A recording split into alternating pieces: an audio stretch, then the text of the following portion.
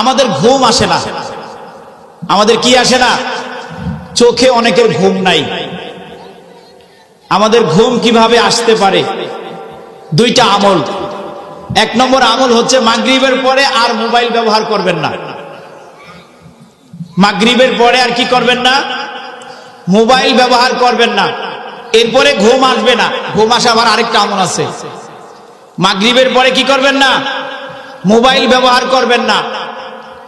এরপরে দ্বিতীয় যে আমল সেটা হলো হয় কোরআন তেলাওয়াত করতে থাকবেন, না হয় কোনো হাদিসের কিতাব পাঠ করতে থাকবেন, অথবা ফাজাইলে আমল পাঠ করতে থাকবেন, অথবা ফাজাইলে সাদাকাত পাঠ করতে থাকবেন।